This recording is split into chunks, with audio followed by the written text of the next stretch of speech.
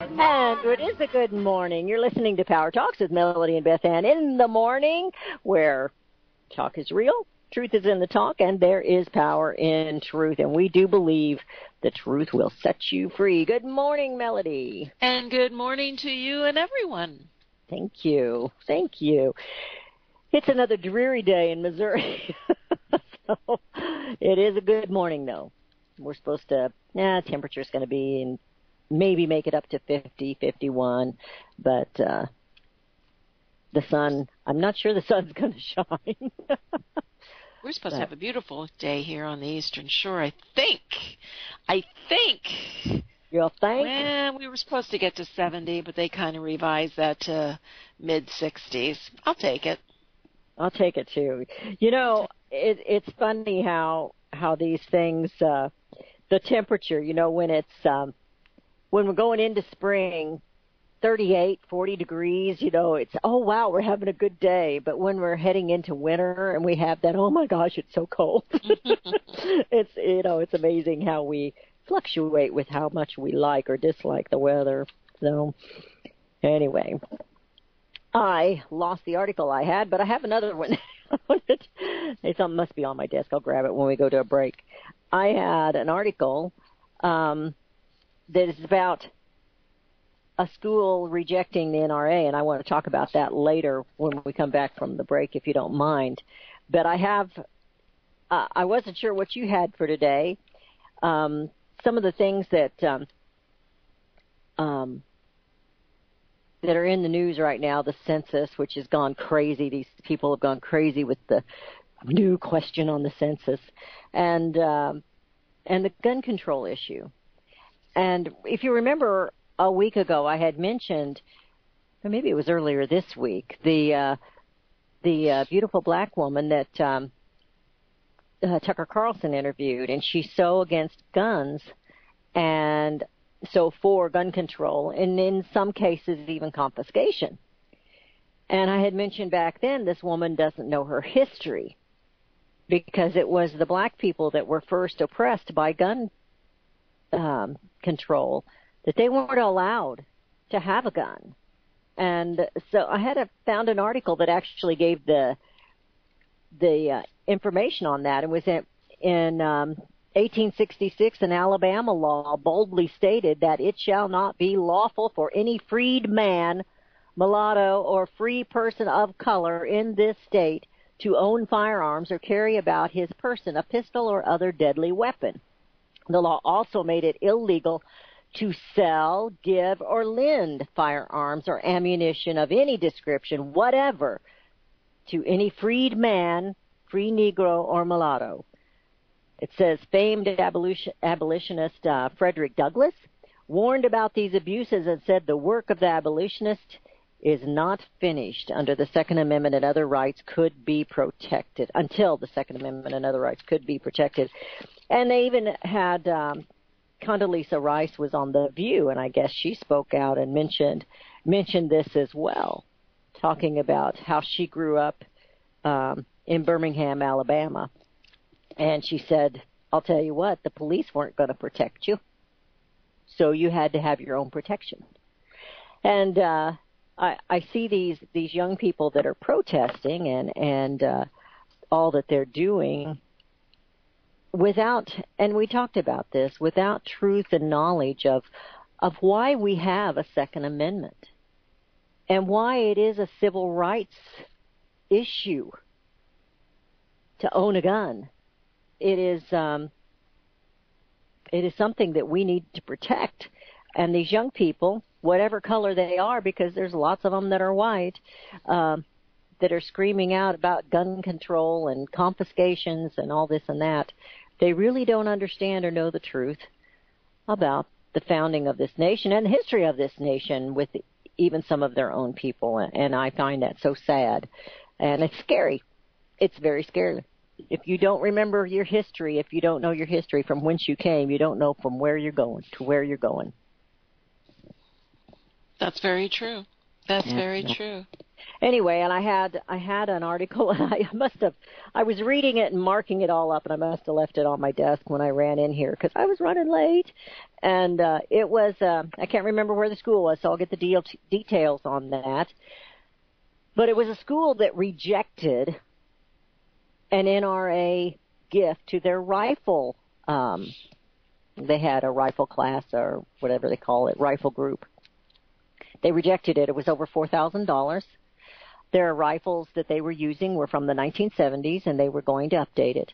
Well, the citizens in the area there, they got a little bit upset about it, and they collected money to help these kids on the rifle group team, and they collected $6,000. And they said the football team would never be okay with equipment from 1970. They were a little upset about them rejecting this NRA gift to the rifle team. And so I thought that was very interesting how politics is playing this game, and the citizens actually took a stand and said, no, we're going to take care of our kids, and we're going to get them, rifles that are up to date. And so anyway, I thought that was kind of interesting. Yeah, it is, and it's great to see, people that are doing what needs to be done. And, there's certainly a lot of focus coming from out of, these liberal groups and so forth, and they all talk, and I said this many times, they all talk about gun safety, but what they're really talking about is gun control. They want your weapons, and, some of the things that come out of their mouths, it's just like something, they don't even make sense sometimes. It's like, hey, what? And you get paid how many dollars? I know. To say what you just said, it's like they repeat. They're robot. They're very much robotic, and they don't think about what they're saying. They repeat. They mimic, and they all say the same thing. But we all know in sales, repetition is how you change someone's. Is how you manipulate. It's repetition, repetition, repetition. So. That's what their game, that's what their agenda is, to get everybody to say, if you ever have a conversation with somebody that's a liberal, it's just like, it's almost word for word. Oh, exactly. It's word for word. So it's the repetition, and people begin to believe it. What's the old saying? If you say it's a duck, or something like that. If it quacks like something like that. I can't remember that old saying, but has something. If it walks like a duck, quacks like a duck, it's a duck. Something. I don't know. I don't know. But, that's their agenda, and that's how they control and manipulate people into thinking and getting them on their bandwagon. They had years ago when I was working for Derry Brownfield, there was PETA girls that were in town. They were protesting up at the state capitol of Missouri, which is where we were, and not in the state capitol, but in the city of the state capitol. And he wanted to get them on the air. So of course, they were claiming they were wearing lettuce. So he thought he was going to get these half-naked girls coming in. Well, they pretty much were, but they were little swimsuit, bikini-type things that just looked like lettuce leaves. Anyway, they came in there, and they sat down in the studio, and he would ask them a question, and the answers that they gave him, it was always the same thing, and it was a memorized paragraph or 2 paragraphs or whatever it was. It was always the same answer, and he was pretty frustrated by the end of it. He wanted anyway. So he said that's all they do. They just memorize their what do they call it? You got to memorize your lines, and that's all they give you is those lines. And if you watch the mainstream media right now that hates the president, hates everything he does, it's the same lines on every single show. The same question, the same phrase, the same name calling. It's the same thing on all of them. And they have an agenda to push. They have their ideals to push, and they're not going to search out for the truth. I mean, just for an example on the immigration issue, when you go back to 2008, 2009, and you hear President Barack Obama talk, he was saying the same things. You go back to when Bill Clinton was president, he was saying the same things, that other than build the wall, they were saying the same things about we need to crack down on immigration, we need to do this about immigration, and secure the borders. The same rhetoric, but you don't hear that. All you hear is that the current president is a bigot and a racist, and he hates people. He's just a hate person, And it's like, seriously, they just don't go back and show you what was said before, and it's just whatever the agenda is at that moment. And election ploys. I mean, that's Absolutely. They know what gets people to the booth. They know what people's biggest concerns are, and that's what they use. And it's it's all propaganda, it's manipulation, it's just to get elected. This is an election year, and I mean you even kind of see that on the other side too, to some degree. Both sides, absolutely. But you really notice it more on their side. I mean, they don't stray from the verbiage. I mean, it is they don't even pretend like they're thinking. They don't even act like they're thinking. It's just There was some hope last night. I got home really late for me anyway. Last evening I was out running around. I got to do that again today, finishing up for Easter weekend, and I did watch a few of the Fox News shows and such, but they were interviewing some other politicians, officials from the state of California, who are fighting their own governor over what's taking place with the sanctuary cities and the suing of, going to sue President Trump, and they're going to do this and do that. I don't know about you, but I got pretty angry last night when I kept hearing about this suing and suing and suing. It's like, why don't we just fire all these people and never hire another lawyer or attorney in the legislature? Because all they're doing is suing one another up there and suing President Trump and suing this state and suing that state. And who's paying for those lawsuits? Yep. You got it. Waste of time, waste of money, and it's just a distraction from what's really going on. And so is this gun control thing. That's a distraction. We know what their final agenda is, and it's to take the guns away from the citizens of this state, of this nation. And I don't see it happening, but I see it being a big enough issue that it is going to scare some people into ever owning a gun or knowing how to use their guns. I mean, don't own a gun if you're not going to know how to use it. But I can see where it would discourage others from ever even going that route because they would think it was so bad. Like these youth.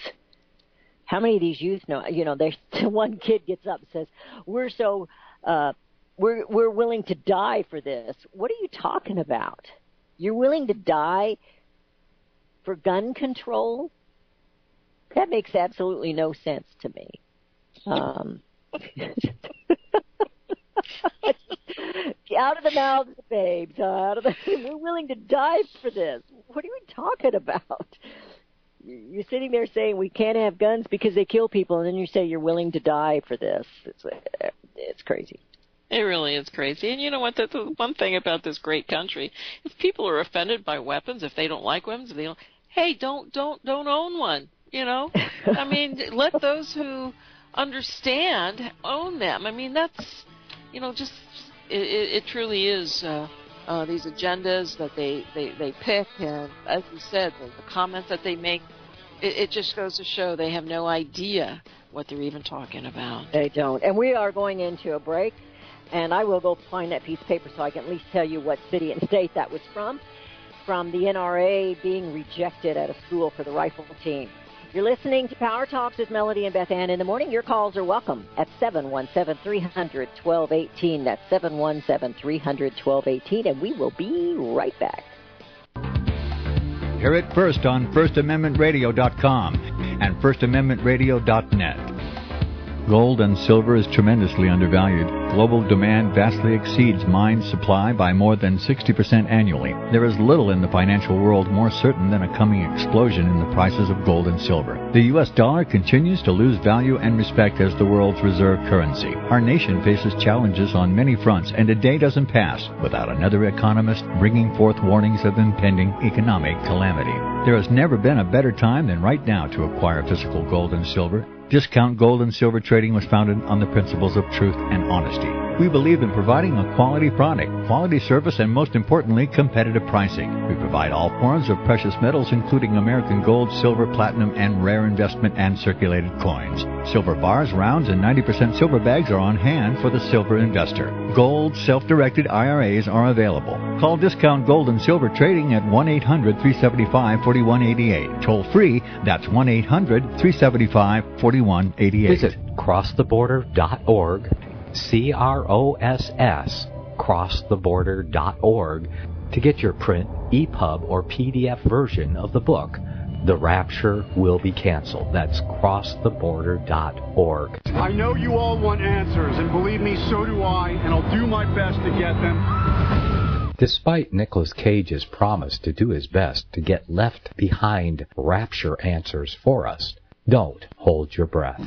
Not everyone believes Left Behind is true prophecy. Some may even regard as conspiratorial the mainstream re-release of the Left Behind movie with actor Nicolas Cage portraying the main character as an attempt to further reinforce in the minds of all this perception of false prophecy in order to condition the masses for the play about to begin. If you want true Bible prophecy answers, get the book, The Rapture Will Be Canceled. The author exposes the Latin rapture origin, the 7-year tribulation deception, true Bible revelation of Daniel's 70 weeks, the abomination of desolation, the restrainer, America in the Revelation, the image of the beast and the mark of the beast, and the truth about God's chosen people, and so much more about Bible prophecy. This book will shatter the Left Behind paradigm of future events. Get the book, The Rapture Will Be Canceled. Visit crosstheborder.org, CROSS, crosstheborder.org, to get your print, EPUB, or PDF version of the book, The Rapture Will Be Canceled. That's crosstheborder.org. Years ahead of the dominant media, FirstAmendmentRadio.com and FirstAmendmentRadio.net. Listening to Power Talks with Melody and Beth Ann. In the morning, I went to my desk and I had my article sitting right there upside down. I put great story on it, turned it upside down, ready to go. It was supposed to be on top of the stack. But this was the NRA grant was rejected by a Pennsylvania high school for their rifle team. The Strouds Area School Board, Stroudsburg, it's STROUDSBURG, School Board, you know, those are elected officials, voted 6-2 against accepting the $4,730 donation or grant from the NRA. So, that was to replace equipment that they have that is dated back into the 70s. However, the community got just a little bit upset about it, the community members with local business owners, and they came together and they collected over $6,000 for the team. And I quote, they said, it wouldn't be acceptable if the football team was using helmets from the 1970s. So as a local community, we decided we didn't feel it was acceptable for the rifle team to do the same thing. So the kids were very upset, and I was upset myself, and this is coming from Quindro, and he told the local radio station there, WNEP or TB. I was like, okay, we really need this, and it's great we got it. And then all of a sudden, no, you can't have it. And he's talking about the NRA grant. But out of that sprung up local community members, just grassroots, to take care of the team. And the rifle team had applied for the grant back in December. and had just found out that they had received it only to have it taken away by the school board. And I go back to local government. You know, I know that we say, get your kids out of the public school, and here's one reason why. But who's running that school? Your elected school board. So that's why it's so important who you put on that school board. Who do you have making these decisions? And so, anyway, it says, although the district superintendent, Cosmo Curry, supports the team and accepted the community-donated money on their behalf, he also pointed out the fact that several members didn't like the idea of accepting money from the NRA. One board member even called it blood money, according to The Hill, while another referenced the Parkland shooting by claiming the board had to bring national politics into their decision. There's not a board member that doesn't believe in the rifle team. I believe that's a lie. That statement at the end was a lie. And, you know, I'm proud of the community for coming together, but they need to kick off about 6 people on that school board. That's my opinion. Well, you know, it's you're right. It's up to the voters. It's up to the parents, and but things start locally. That's where people have an opportunity to really make a difference. I'm impressed they have a rifle team, so that was impressive. I know they have some down south. I was impressed. They had one in Pennsylvania. We have a caller. We have Tom in Michigan. Tom, how are you today? Hi, thanks for taking my call. This whole gun debate with the teenagers and what have you. I think basically the whole argument is pretty simple. Really, it's who watches the watchers. That encompasses that whole Second Amendment argument, including the AR-15, what have you. So, I mean, basically, that's all I'd say to them, and see what kind of answer they can come up with. Well, they keep talking about the Parkland school, which was devastating. I mean, 17 teenagers were killed. Well, not just teenagers. There was teachers involved there, too, that were killed.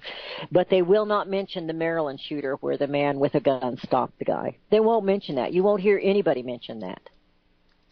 Yeah, I can't use that term devastating, though, on Parkland. I mean, yeah, it's devastating if it's your brother, sister, son, daughter. But, I mean, in the whole over the whole country, there's, I'm sure there was at least that many people were killed in automobile accidents and things of that nature. So, I mean, it makes the news because it's so out of the ordinary, and these things are so rare that, I mean, that's why I'm not for arming the teachers. I'm just for letting the teachers be armed if they want to be armed. In Michigan, we have, the shall issue carry, and I think teachers ought to be able to carry, and if they want to, they ought to have, but not be forced. And so, in other words, instead of creating some kind of, I'm gonna break in there. They're not forcing any teachers to carry. They're letting that be the teacher's decision, and they'll go through training if that's what they want to do. And there are already teachers who have the concealed carry permits and carry. And of course, there are states like in Missouri, you don't have to have a concealed carry permit anymore. So that has already been voluntary. They're not going to force any teachers, and it's not necessarily teachers. It may be a janitor, it may be an administrator, it may be someone else that is willing to be the shepherd at the school to be watchful. I'd be in favor of just having, school is a place where nobody with a concealed carry license is able to carry. I'd be in favor of just removing that and let anybody with concealed carry be able to carry in the school. Yeah. The thing is when we it seems to me, and maybe I'm being a little picky-uni, but when we say arm the teachers, it seems like we're we're letting the other side control the narrative because, by, just the words arm the teachers, it sounds like another government program, although it may or may not be. The more we can get government out of the way, I think the better things will work out in the long run. Well, the Second Amendment also says shall not be infringed, and we have already infringed it, and that's why we're hearing such language as arm the teachers. And I agree with you that that's what it sounds like. But it's ridiculous, and I think I had a caller on my other show on CSC Talk Radio that gave me the year 1990 when they passed these no school zones, no gun school zones, and no, you're not allowed to have a gun within a certain amount of area there within the school. So we've created these no gun zones, and we've created, we've left them victims because they have no way of defending themselves. And so you're just vulnerable to somebody that's going to come in and shoot. They don't care what that sign says. They're up to no good anyway. So that's created a problem, and that was the beginning of gun control. I don't know if it was the beginning, but it was one mark, and it has been a bad mark, and it has been a bad deal because every place where these have happened have been in no gun zones, gun-free zones. I'm sorry, I'm saying the wrong word. But anyway, I appreciate the call, Tom. And thanks for taking my call. Thank you. I think one thing everyone is overlooking, and I don't know if it's, again, by design and so forth, but, and I think it's a great conversation as far as having, the concealed carries in schools and so forth. But no one really talks about the red flag states, these red flag laws that are popping up and are becoming more and more popular. And I don't know how many states are actually processing this, but these red flag laws, they do vary a little by state. But generally, they allow the law enforcement or family members, they can petition a judge for a gun violence restraining order or extreme risk protection order, and then it goes to court, allowing the gun owner then to show up. So it's take the guns away, and then you have due process. And that's dangerous. I mean, it's all dangerous. It's all dangerous, but this is not getting any attention whatsoever. And, I had to have at one point in time a restraining order against someone, and they do take the weapons. If there's any known weapons, they do take them away. And but you do go to court first. You go to court first, because you have to get the restraining court first. You go to court, then get it, and then the person has the right to stand up and so forth and whatnot. But this is the opposite. This takes away the weapon. And then the due process comes later. So it kicks out the old line of innocent until proven guilty, doesn't it? Connecticut, Indiana, Florida, they allow law enforcement to petition the court system. California, Washington, and Oregon also allow petitions from family and household members in addition to the enforcement. So, you get family members and household members, well, I don't like him today. Yeah. Yeah, so I woke up on the wrong side. That is dangerous, and a lot of the I've seen comments where ammunitions will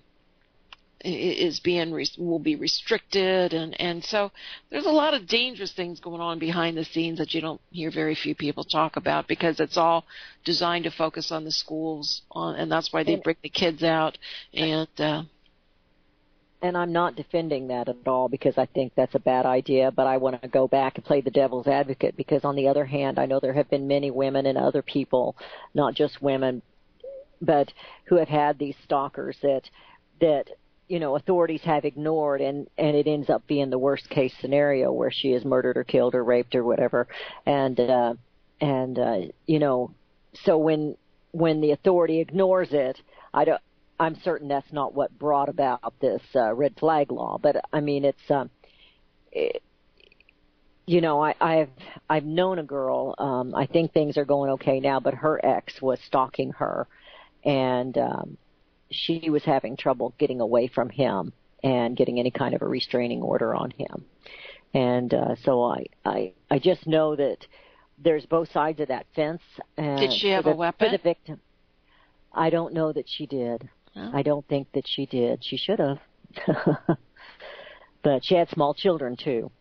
And anyway, it was a very, I know her mother, and it was a very scary time for them. And he's still not a good guy, and he's still in her life to a certain amount because they had kids together. So. No, it is, and there for a while, I mean, anyone and anybody could get a restraining order, and restraining orders really don't, if somebody wants to do something, they're going to do it whether there's a restraining order or not. But one way or another, and that's, again, we go back to, the whole idea of being able to arm ourselves to protect ourselves. Exactly. And yes, I took many classes and defense classes and so forth. I just didn't get the restraining order and sit there and expect a piece of paper to protect me. Protect you. No. And someone, a family member asked me, well, are you able to, do the deed if you had to? And it's, yeah. But so anyway, it's so anyway, this these red states are beginning, or these red flag laws. These red flag laws are beginning to increase in the number of states that are. And that is scary. That really is. And it seems like we have so much. Go back to all this crazy laws and legislation and all this crazy stuff. We don't need it if we would follow. My daddy used to say, the only thing you need is the 10 Commandments. If everybody followed that, you don't need all the rest of this stuff. But if we followed the Constitution and our state constitutions, you don't need all this extra stuff. You don't need it all. Just like these idiots now, they're going to have more legislation, and I don't want to concentrate on this, but they've put a bill out, and he's not the first time he's done it, and this is the Representative Ruben Gallego, is that how you say his name, Gallego? He's a Democrat from Arizona, and poor Arizona on their border, it's a mess. I mean, it is a mess. But he's proposing a bill, and I guess he's done it before, to block President Trump's use of the defense funds for the wall. And so they want to keep the president from protecting this nation, regardless of what it is. And I know you and I disagree on the wall to some degree. I think it's not the answer, but it is one answer, one part of the puzzle to get safety. But those in Arizona and in New Mexico, and some of those that are on this border, it is a mess down there, what they have to put up with. And, here it is, more legislation, another bill, another law. And all we do with all these laws is make more and more criminals out of people, and we don't need them. We need to get rid of the lawyers. I'll repeat myself. We need to get rid of them. Vote them out. Vote them out. Anyway, enough said. If we followed the immigration laws, half of our look how just the talk. How racist and bigoted of you. Sorry. Just look at the talk coming from the administration. Decreased those coming across the border. I mean, it was a tremendous percent. I can't remember the percentage amount, but it was tremendous.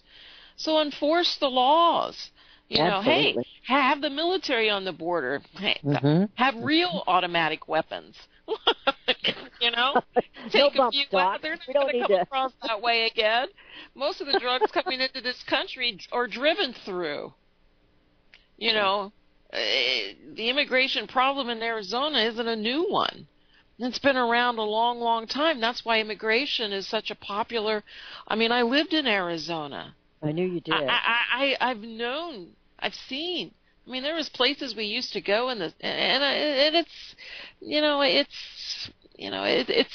it's a different culture is what I'm pointing at. It's a different culture,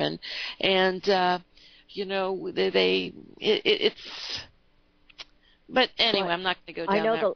I know the landowners and the farmers and the ranchers and those that are on that border or close to that border.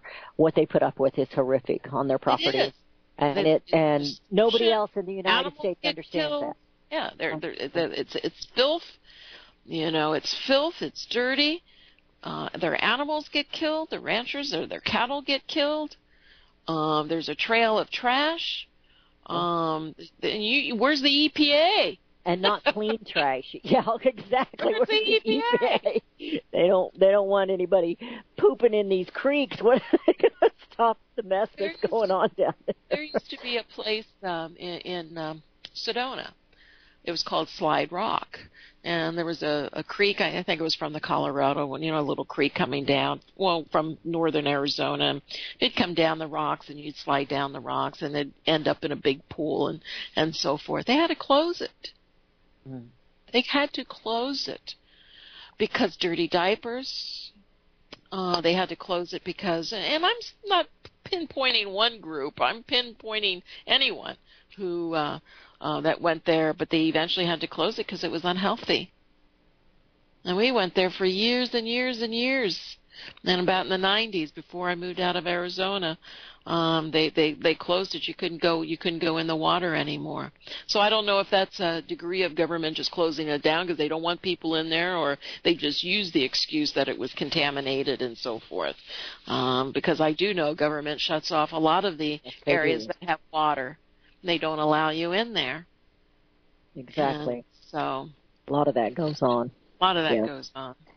Yeah. We have Joe in Arkansas on the line. Joe, how are you today? Oh, kind of tired of this wet weather. How are you? Same way. I'm ready for some sunshine. Yeah. Okay, one of the things that turned my mind around on this whole gun issue was when I came to Arkansas. Before I had come to Arkansas, I had grown up mostly in Chicago and Toronto, and my head was full of all these liberal ideas about the horrors of the Southern gun culture and all this kind of stuff. Then I came to live in Arkansas, and here, of course, people very commonly have guns and carry guns. And what impressed me after a few years of seeing reality was how very, very, very sensible and responsible pretty much everybody is with guns here. And I have never seen anyone, be grossly irresponsible with a gun here. I've never seen anybody commit a crime here. I've never personally, of course, they happen every now and then, of course, but I've never personally seen anybody do anything even remotely criminal with a gun here. And the only person that I ever saw do anything a little bit irresponsible with a gun was a guy from Michigan that was here, and he had a little .32 revolver out on his table one time, and I was visiting with him, and it was loaded, and he got up and he walked in front of where the gun was pointing so that if it had possibly gone off accidentally, it could have shot him. So I picked it up and turned it around and pointed it at the wall instead. But that was the only thing that I've ever seen anybody do around here which is at all irresponsible with a gun. So I've been really impressed, with how, completely safe and responsible the people of this Southern gun culture are with guns. And the only man with a gun that I've ever felt, somewhat threatened by has been a cop. And, of course, and sometimes the cops get a little bit overly zealous and aggressive, I think, sometimes. But I've never had even if a cop was being, I think, a little overly forceful to me, he's never actually drawn his gun on me or anything like that. So that's something that's impressed me. Whatever the crime and irresponsibility is with guns, it's extremely rare, and probably we hear about it on the news sometimes, but most people probably never see any of it. Yeah.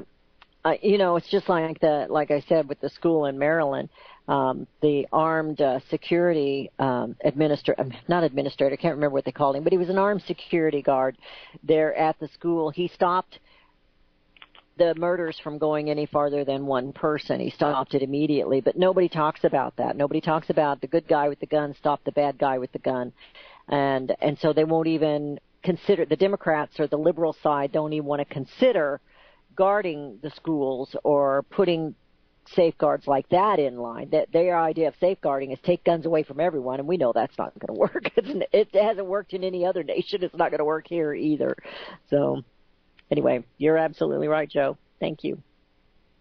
Yeah, no, the only thing that they want, the only thing these Democrats and people like that, that are agitating for gun control, the only thing they really want is a communist government which has all the guns, which completely oppresses and controls the people, and anything else they throw out there is just, deceitful rhetoric designed to make them sound like it. They've got some good purpose, but they don't really. You're right. We go back to that, and we know that didn't work before. Thank you, Joe. Okay, Melody, let's move on. We've talked about the Second Amendment enough today. Let's move on. Well, Trump made a new appointment today. Or yesterday, Ronnie Jackson is his pick to lead the VA. He passed a screen test with Trump even before. As we all remember, Jackson is the president's personal physician and was chosen to lead the Department of Veterans Affairs. He's the Navy doctor. He has been entrusted with the health of the last 3 presidents, and he is going to replace David Shulkin at the agency.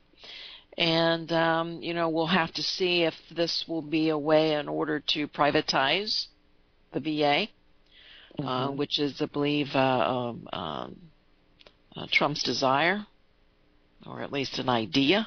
I think it would help make it a little more competitive. Yeah, I mean, anything under government control is no good, but when I look at our own health industry and so forth, it's not good, is it? I'm not sure which is,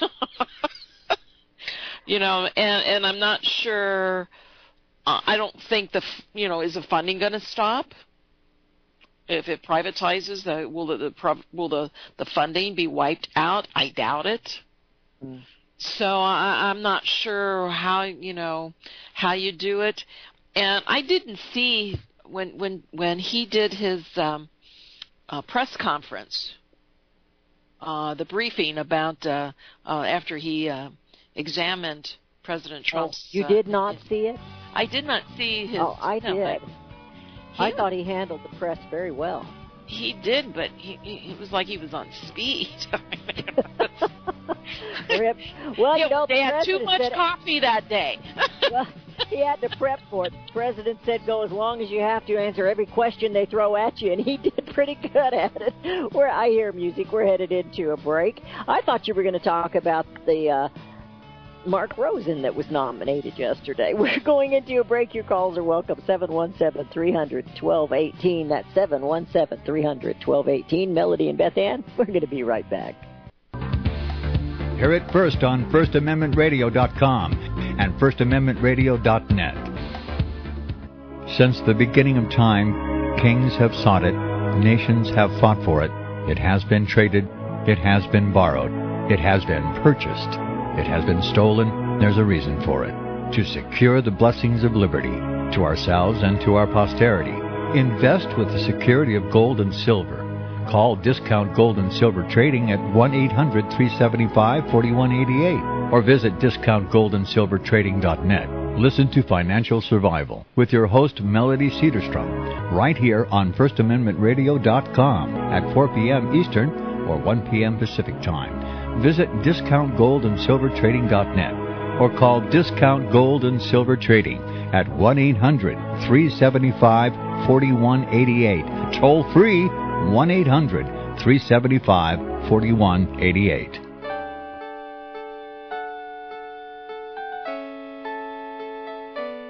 The program you are listening to is 100% sponsored by you, the listener, on this First Amendment Rights Media channel. You will notice that there are few commercials on this radio network.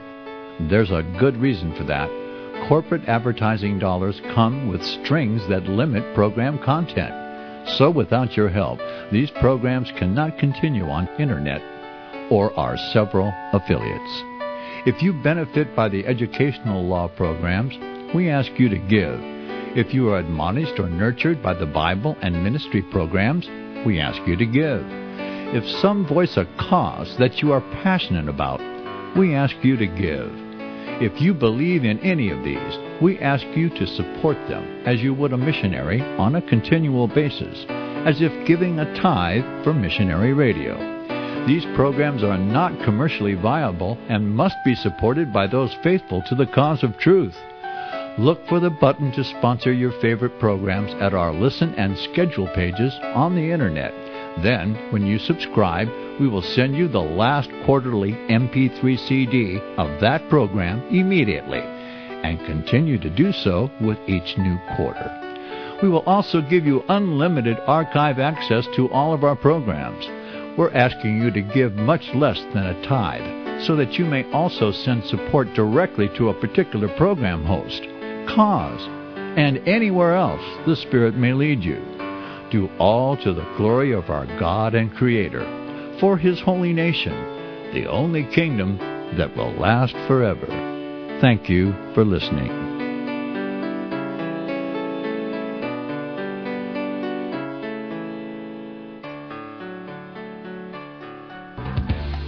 Hear it first on FirstAmendmentRadio.com and FirstAmendmentRadio.net. And we have returned. You're listening to Power Talks with Melody and Beth Ann in the morning. We were talking about the Ronnie Jackson, who's going to be the new director of the VA, and we're going to see what goes on with that. He has been the physician for several presidents, and I did see his press conference whenever he had to take questions about the president's health and all the stupid questions they were asking him. I thought he handled it real well. I thought it was comical, some of the idiotic questions that the mainstream media would throw at him, and he took it, What was one of them? Does the president watch too much TV like he's a 9-year-old? So, I thought he handled it real well. I know we've got a problem in the VA. Our vets deserve so much better than what they've been getting treated. And in addition to the American taxpayer, it's a combination.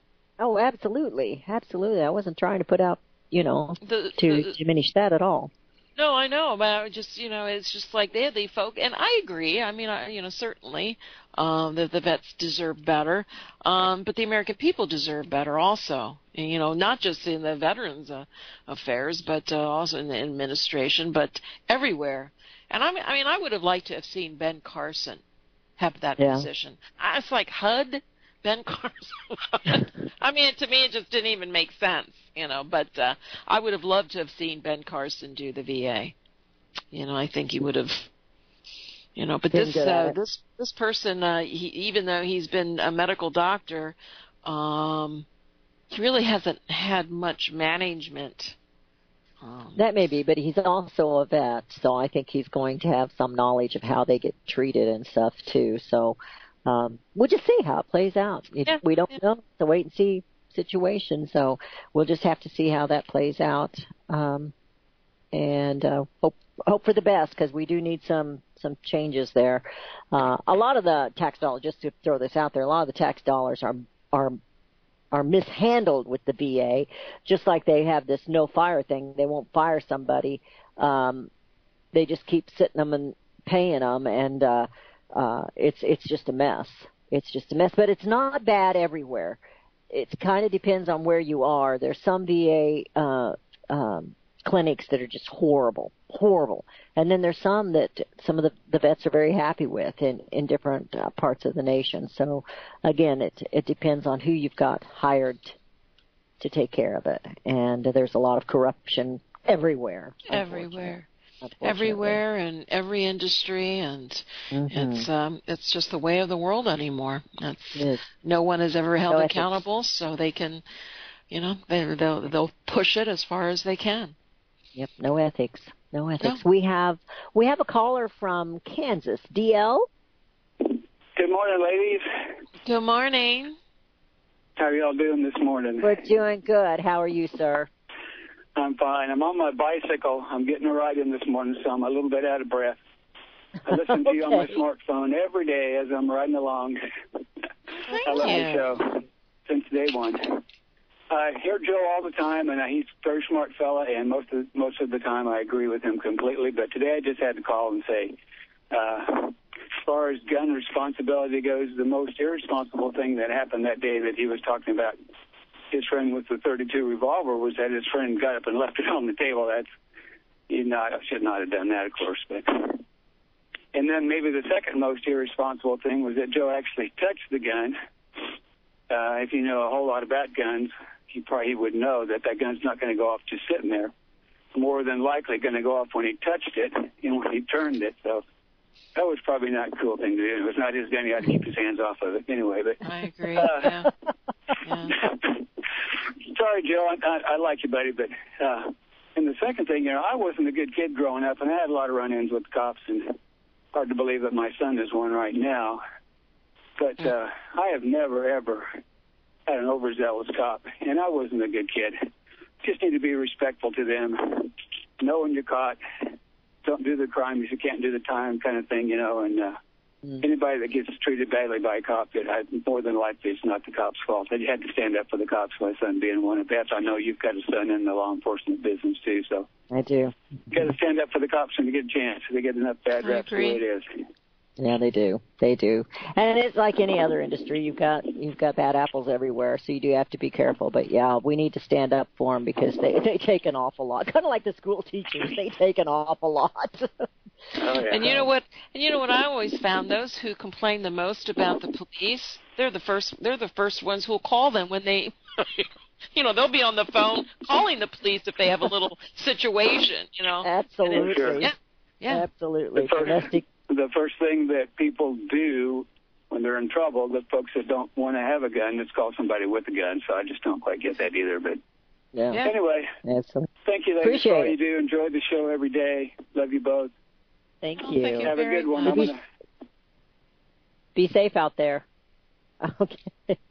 Thank you. I had a conversation with someone, and he had gotten I don't know, this goes back months ago. He had gotten a speed ticket, and he'd forgotten to, he had to go to, court or whatever because he was going to fight it and stuff like that. And, he says, but you know what? He says, when a police stops you and he asks you for an ID, you say, yes, sir.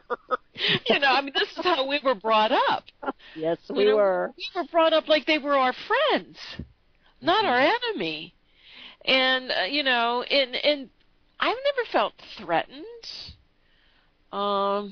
It's when you see one behind you when you're driving, sometimes you have this little feeling of guilt because you were speeding earlier. It's like, oops, where did he come from? How long's he been back there? Absolutely. And and I get that our politics are much different today than they were then, and certainly the corruption is, I'm not sure if it's any greater today than what it was then. I don't know. We certainly have more, we have larger police forces than we did back then, and cities and communities are larger, and we do have a very angry population. And we hear the stories of the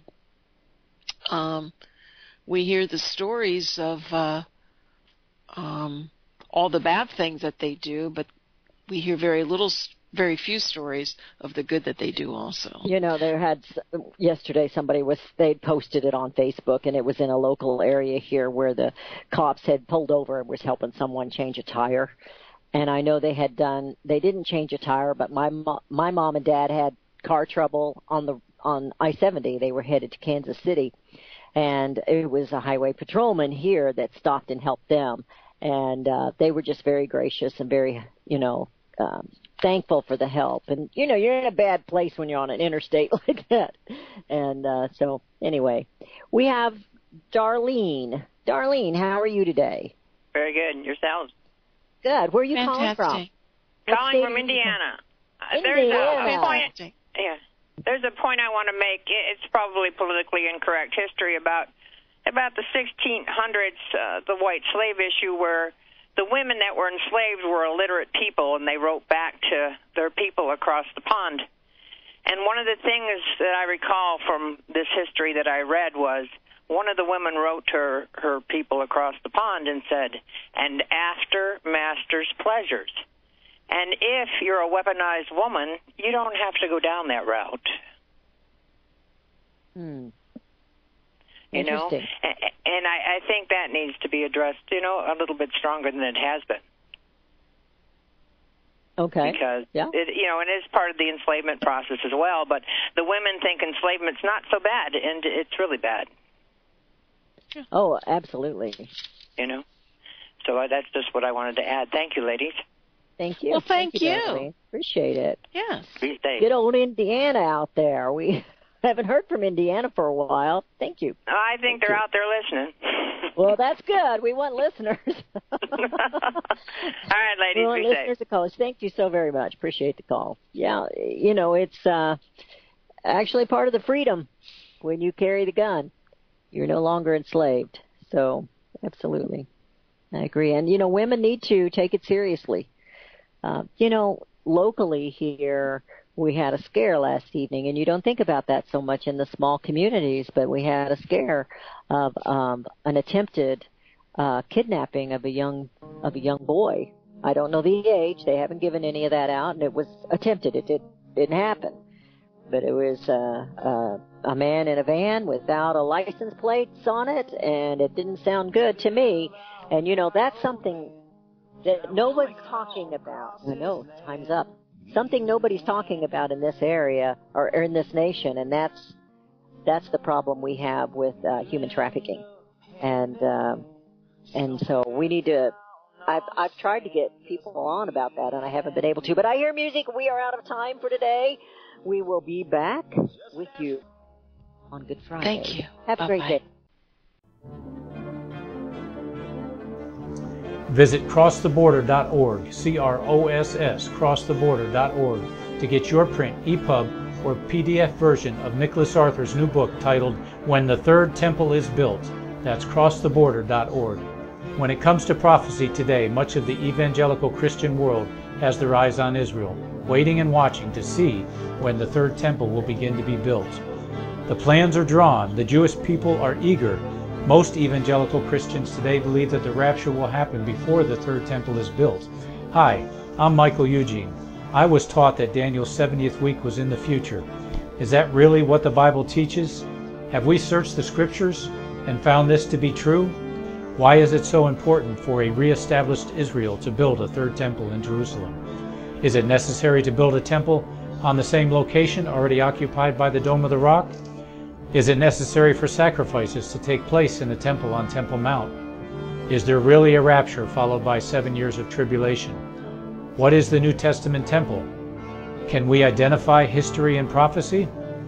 Who is the first beast in Revelation chapter 13?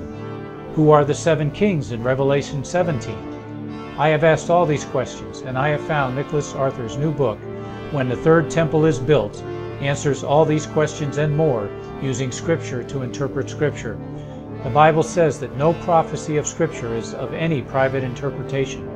Nicholas shows us in his new book, When the Third Temple is Built, how the Bible interprets prophecy and not man's private interpretation. Visit crosstheborder.org, CROSS, crosstheborder.org, to get your print, EPUB, or PDF version of Nicholas Arthur's new book titled When the Third Temple is Built. That's crosstheborder.org.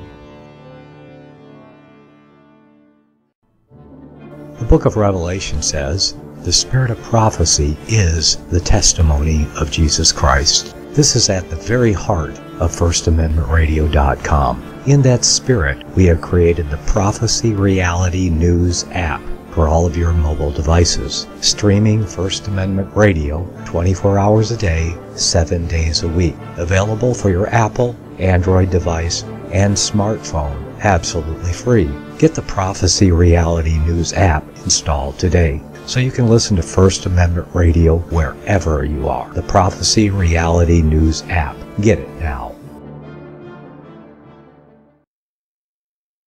Since the beginning of time, kings have sought it, nations have fought for it. It has been traded, it has been borrowed, it has been purchased, it has been stolen. There's a reason for it. To secure the blessings of liberty to ourselves and to our posterity. Invest with the security of gold and silver. call Discount Gold and Silver Trading at 1-800-375-4188 or visit discountgoldandsilvertrading.net. Listen to Financial Survival with your host, Melody Cedarstrom, right here on FirstAmendmentRadio.com at 4 p.m. Eastern or 1 p.m. Pacific Time. Visit discountgoldandsilvertrading.net or call Discount Gold and Silver Trading at 1-800-375-4188. Toll free, 1-800-375-4188.